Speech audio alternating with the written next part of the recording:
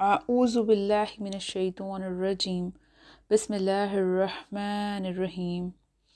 السلام علیکم ورحمۃ اللہ وبرکاتہ۔ سیرت نبی صلی اللہ علیہ وآلہ وسلم، قسط نمبر 10۔ سابقہ قسط میں حضرت عبداللہ بن عبد المطلب کی وفات اور آپ صلی اللہ علیہ وآلہ وسلم کی ولادت مبارکہ کے وقت پیش آنے والے چند غیر معمولی واقعات بیان کیے گئے تھے۔ اس قسط میں ایسے ہی ایک غیر معمولی واقعہ جو شہنشاہ ایران کے محل میں پیش آیا بیان کیا جائے گا۔ حافظ ابو بکر محمد بن جعفر بن ساحل اپنی کتاب حواتف الجان میں مختلف احوالوں سے بیان کرتے ہیں کہ حضرت محمد صلی اللہ علیہ وآلہ وسلم کی ولادت مبارکہ کے وقت ایران کے مشہور بادشاہ نوشیروان کے ایوان میں سخت زلزلہ آیا اور ان کے ایوان کے 14 کنگارے گنبد ٹوٹ کر گر پڑے۔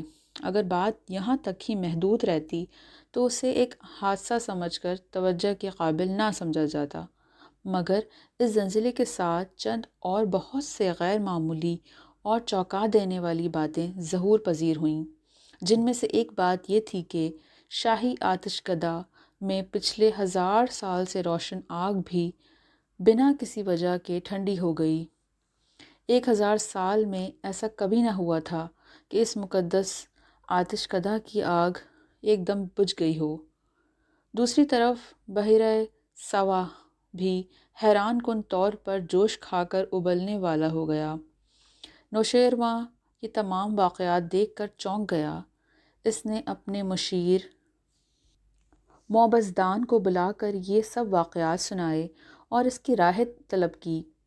موبزدان نے نوشیروان کو بتایا کہ کل رات اس نے بھی ایک عجیب خواب دیکھا ہے کہ عرب کی طرف سے انسانوں کے غول اونٹوں پر سوار فارس یعنی ایران کی طرف امڑ آ رہے ہیں اور انہوں نے دریائے دجال کو بھی عبور کر لیا ہے۔ نوشیروان جو پہلے ہی ان واقعات کی وجہ سے گہری سوچ میں تھا، یہ خواب سن کر پریشان ہو گیا۔ اس نے موبزدان سے اس خواب کی تعبیر پوچھی۔ موبزدان نے جواب دیا کہ یہ سارا واقعات اور پھر یہ خواب معمولی نہیں ہے، تو بہتر ہے کہ ان کے ٹھیک تعبیر جاننے کے لیے کسی عالم سے رابطہ کر لینا چاہیے۔ چنانچہ نوشیروان نے موبزدان کے مشورے پر ایک خط لکھ کر یمن میں اپنے نائب السلطنت حاکم نعمان بن منظر کو بھیجا اور اسے حکم دیا کہ وہ فوراً اس کی خدمت میں حاضر ہو اور اپنے ساتھ کسی ایسے شخص کو لائے جو بڑا عالم ہو اور نوشیروان کے تمام سوالات کے جواب دے سکے۔ کسریٰ ایران کے بادشاہ کا لقب کسریٰ ہوتا تھا، جسے روم کے حکمران کسریٰ اور مصر کے حکمران فرعون کہلاتے تھے۔ یہ شاہی فرمان ملتے ہی نعمان بن منظر فوراً نوشیروان کی خدمت میں حاضر ہو گیا اور کسریٰ کے حساب الحکم ایک بڑے عیسائی عالم شخص عبداللہ مسیح بن عمرو بن حیان بن نفیلہ غسانی کو بھی ساتھ لے آیا۔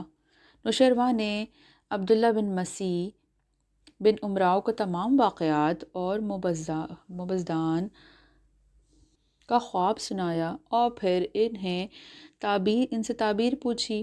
عبداللہ المسیح بن عمرو نے جواب دیا، اگر حضور چاہیں تو ان کے واقعات اور خواب کے بارے میں اپنا خیال ظاہر کر سکتا ہوں، لیکن میری گزارش ہے کہ اس کے بارے میں میرے ماموں ستیحہ سے، جو کہ شام میں قصرِ روم کی طرف سے نائب السلطان ہیں، دریافت کیا جائے، کیوں نہ کہ وہ مجھ سے کہیں زیادہ بڑے عالم ہیں اور کہانیت کے فن میں بھی طاق ہیں اور اس بارے میں مجھ سے بہتر بتا سکتے ہیں۔ نوشیروان کو عبداللہ مسیح کی بات پسند آئی اور اس نے اپنا کچھ آدمی اس کے ساتھ کر دیے اور اسے اس کے ماموں ستیحہ کے پاس شام بھیج دیا۔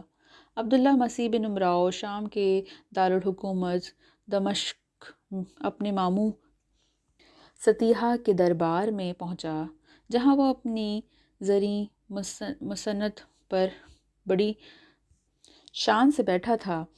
عبداللہ مسیح نے اسے سارے واقعات اور خواب سنا کر کہا کہ وہ شہنشاہ فارس نوشیروان کی طرف سے آیا ہے اور نوشیروان کی خواہش پر ان سے تعبیر جاننا چاہتا ہے۔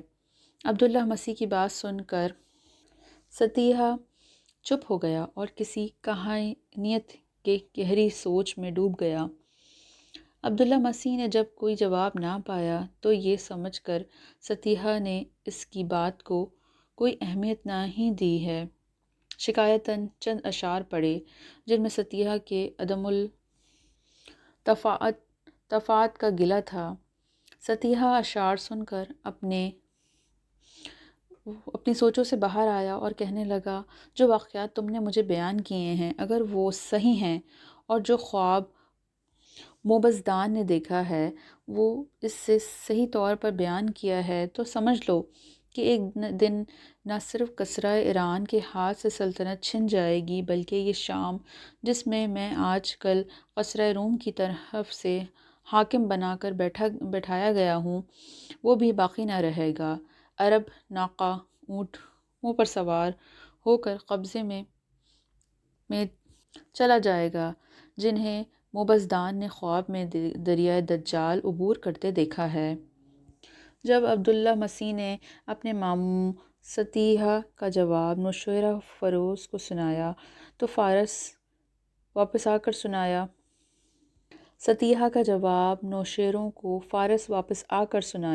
تو نوشیروان نے کہا کہ ابھی تو میری اولاد میں کئی پشتوں تک حکمرانی چلے گی، اس کے بعد جو ہوگا دیکھا جائے گا۔ بہرحال تاریخ بتاتی ہے کہ کچھ عرصے بعد ستیحہ کی پیشن گوئی حرف بحرف سچی ثابت ہوئی اور آپ صلی اللہ علیہ وآلہ وسلم کی حیات مقدسہ کے آخری ایام سے فارس و روم کے خلاف جو فوج کشی شروع ہوئی وہ بالآخر تیسرے خلفۂ راشدین ام المومنین حضرت عثمان غنی رضی اللہ تعالیٰ عنہ کے عہد میں پایہ تکمیل کو پہنچی اور نہ صرف ایران کی 3164 سال سے جاری شہنشاہت کو مجاہدین اسلام نے اپنے گھوڑوں کی سموں تلے رونڈ دیا بلکہ سرزمین شام پر بھی اسلامی علم لہرا دیا گیا۔ روایت کے مطابق جب آپ صلی اللہ علیہ وآلہ وسلم کی پیدا ہوئے تو فوراً حضرت ام ایمن رضی اللہ تعالیٰ عنہ کو اس خوشخبری کی اطلاع حضرت عبدالمطلب کو دینے کے لیے بھیجا گیا۔ حضرت ام ایمن رضی اللہ تعالیٰ عنہ حضرت عبداللہ کی کنیز تھیں۔ ان کا اصل نام برکھا تھا۔ ان کی شادی بعد ازاں آپ صلی اللہ علیہ وآلہ وسلم نے اپنے غلام حضرت زید بن حارثہ سے کرا دی تھی، جن سے حضرت اسامہ بن زید رضی اللہ تعالیٰ عنہ پیدا ہوئے۔ حضرت ام ایمن رضی اللہ تعالیٰ عنہ خوشی کے مارے دوڑتی ہوئی حضرت عبدالمطلب کے پاس پہنچیں اور انہوں نے آپ صلی اللہ علیہ وآلہ وسلم کی پیدائش کی خوشخبری دی۔ حضرت عبدالمطلب جو اس وقت حرم کعبہ میں موجود تھے، آپ صلی اللہ علیہ وآلہ وسلم کی پیدائش کی خبر سن کر وہ بے حد مسرور ہوئے اور حضرت ام ایمن رضی اللہ تعالیٰ عنہ کے ساتھ فوراً گھر پہنچے۔ وہاں ننھے حضور صلی اللہ علیہ وآلہ وسلم کی حسن و جمال کو دیکھ کر حیران رہ گئے اور پھر اپنے جذبات کا اظہار چند اشعار میں بیان کیا، جن میں آپ صلی اللہ علیہ وآلہ وسلم کے حسن و جمال کی تعریف بیان کی اور برتری کو بتایا۔ پھر خدا کا شکر ادا کیا، اس نے آپ کو حضرت عبداللہ کا نعم البدل عطا فرمایا۔ یاد رہے کہ آپ صلی اللہ علیہ وآلہ وسلم کے والد حضرت عبداللہ، دادا حضرت عبدالمطلب اور پردادا حضرت ہاشم تینوں ہی آپ صلی اللہ علیہ وآلہ وسلم کی طرح نہایت خوبصورت اور مردانہ وجاہت کے پیکر تھے۔ باقی مختلف حوالوں سے، جن میں حضرت عباس بن عبدالمطلب رضی اللہ تعالیٰ عنہ اور ان کے بیٹے حضرت عبداللہ بن عباس رضی اللہ تعالیٰ عنہ بھی شامل ہیں، بیان کرتے ہیں کہ آپ صلی اللہ علیہ وآلہ وسلم مختون یعنی ختنہ شدہ پیدا ہوئے، جس پر حضرت عبدالمطلب نے بہت مسرت آمیز حیرت کا اظہار فرمایا۔ باقی مختلف حوالوں سے یہ بھی بیان کیا گیا ہے کہ آپ صلی اللہ علیہ وسلم کی پیدائش کے بعد حضرت عبد المطلب نے آپ صلی اللہ علیہ وسلم کو اپنے گھر کی عورتوں کے سپرد کر دیا۔ وہ ہر صبح کو حضرت عبد المطلب کو بتاتی کہ انہوں نے ایسا بچہ کبھی نہیں دیکھا۔ وہ بتاتی کہ نومولود یعنی ننھے حضور صلی اللہ علیہ وآلہ وسلم صبح کو ہمیشہ بیدار ہی نظر آتے ہیں اور آنکھیں کھولے ٹکٹکی باندھے آسمان کو تکتے رہتے ہیں۔ اس پر حضرت عبد المطلب خوشی کا اظہار فرماتے تھے اور انہیں امید تھی کہ ان کا پوتا حضرت محمد صلی اللہ علیہ وسلم بڑی شان والے ہیں۔ شروع کے چند دن آپ صلی اللہ علیہ وسلم کو آپ کی والدہ ماجدہ حضرت آمنہ نے دودھ پلایا۔ 3 دن بعد آپ کو دودھ پلانے کا شرف حضرت ثویبہ رضی اللہ تعالیٰ عنہ کو نصیب ہوا۔ حضرت ثویبہ رضی اللہ تعالیٰ عنہ آپ صلی اللہ علیہ وسلم کی چچا ابو لہب کی کنیز تھیں۔ حضرت ابو لہب نے آپ صلی اللہ علیہ وسلم کی ولادت کی خوشی میں انہیں آزاد کر دیا۔ حضرت ثویبہ رضی اللہ تعالیٰ عنہ نے آپ صلی اللہ علیہ وسلم کے ہم عمر چچا حضرت حمزہ رضی اللہ تعالیٰ عنہ کو بھی دودھ پلایا تھا۔ ان کے علاوہ چند اور عورتوں نے بھی آپ صلی اللہ علیہ وسلم کو دودھ پلایا۔ افسوس کہ آپ صلی اللہ علیہ وسلم کی پیدائش پر خوشیاں منانے والا ابو لہب بعد ازاں آپ صلی اللہ علیہ وسلم کا ایک بدترین مخالف بن کر سامنے آیا، اور وہ اس کی بیوی ام جمل ساری زندگی اسلام کے مخالف ہی رہے۔ ابو لہب شروع اسلام میں آپ کا شدید سب سے بڑا مخالف تھا۔ غالباً یہی وہ شخص تھا جس نے تبع قریش مکہ کو بدراہ کیا اور آپ صلی اللہ علیہ وسلم کی بربادی کی دعائیں کیں۔ جب آپ صلی اللہ علیہ وسلم نے کوہ صفا پر اپنی ساری قوم کو اکٹھا کر توحید کی دعوت دی، اس کی بیوی ام جمل نے سیاہ کاریوں میں ایک یہ سیاہ عمل بھی شامل تھا کہ آپ صلی اللہ علیہ وسلم جن راستوں سے گزرتے ہوئے جاتے تھے ان راستوں پر کانٹے بچھا دیتی تھی۔ ان دونوں کی مذمت میں ایک پوری سورت نازل ہوئی جس کا نام اس بدبختی کے نام پر سورہ ابو لہب ہے۔ اس کا تفصیلی ذکر یہ ہے۔ ولادت مبارکہ کے 7ویں دن آپ صلی اللہ علیہ وآلہ وسلم کی حقیقے کی رسم ادا کی گئی۔ اس موقع پر حضرت عبد المطلب نے قریش مکہ کو دعوت دے کر شریک کیا۔ دوران مجلس قریش مکہ میں سے کسی نے دریافت کیا، اے عبد المطلب، کیا آپ نے اپنے پوتے کا کوئی نام رکھا ہے؟ حضرت عبد المطلب نے فرمایا، ہاں میں نے اس کا نام محمد رکھا ہے صلی اللہ علیہ وآلہ وسلم۔ یہ نام سن کر قریش مکہ نے بہت تعجب کا اظہار کیا کہ یہ کیسا نام ہے، کیوں نہ کہ عرب کی تاریخ میں اس سے پہلے کبھی کسی کا نام محمد نہ رکھا گیا تھا۔ اس لیے قریش مکہ کی حیرت بجا تھی۔ اس پر حضرت عبد المطلب نے فرمایا، ہاں میں نے اس کا نام محمد رکھا ہے، اور مجھے زمین و آسمان میں ہر طرف اس کا نام کی گونج سنائی دیتی ہے۔ اس زمانے میں دستور تھا کہ شہر کے رؤساء اور شرفاء اپنے شیخ اور بچوں کو اطراف کے دیہات اور قصبات میں بھیج دیتے تھے۔ یہ رواج اس غرض سے تھا کہ بچے شہری ماحول سے دور ان دیہات اور قصبوں میں خالص بدو ماحول میں پرورش پا کر نہ صرف خالص عربی زبان سیکھ سکیں اور اپنے اندر فصاحت و بلاغت کا جوہر پیدا کر سکیں، بلکہ وہاں چند سال رہ کر عربوں کی خالص خصوصیات بھی اپنے لاشعور میں سمو سکیں۔ شرفائے عرب نے مدتوں اس رسم کو محفوظ رکھا، یہاں تک کہ بنو امیہ نے دمشق میں پایہ تخت قائم کیا اور شاہانہ شان و شوکت میں قصر و قصر کی ہمسری کی۔ تاہم ان کے بچے حسب معمول صحراؤں میں بدوؤں کے گھر میں پرورش پاتے رہے، لیکن خلیفہ ولید بن عبد الملک جب کچھ خاص اسباب کی وجہ سے وہاں نہ جا سکا اور حرم شاہی میں ہی پلا، تو اس کا نتیجہ یہ نکلا کہ وہ عربی کی فصاحت و بلاغت سے محروم ہو گیا۔ اور بنو امیہ میں وہ واحد خلیفہ تھا جسے فصیح و بلیغ عربی صحیح طرح سے بولنا نہیں آتی تھی۔ غرض اس دستور مذکورہ کی خاطر اطراف کے دیہات و قصبات سے عورتیں سال میں 2 مرتبہ شہروں کا رخ کرتی تھیں، جہاں شہر کے شرفاء اور رئیس اپنے بچے ان کے حوالے کر دیتے تھے، اور ساتھ میں معاوضے کے طور پر ان عورتوں کو اتنا کچھ پیسہ اور روپیہ مل جاتا تاکہ ان کی زندگی میں آرام سے گزر بسر ہو سکے۔ اس دستور کے مطابق آپ صلی اللہ علیہ وآلہ وسلم کی پیدائش مبارکہ کے چند روز بعد قبیلہ بنو ہوازان کی چند عورتیں شیرخوار بچوں کی تلاش میں مکہ آئیں۔ ان میں سے ایک حضرت حلیمہ سعدیہ رضی اللہ تعالیٰ عنہا بھی تھیں۔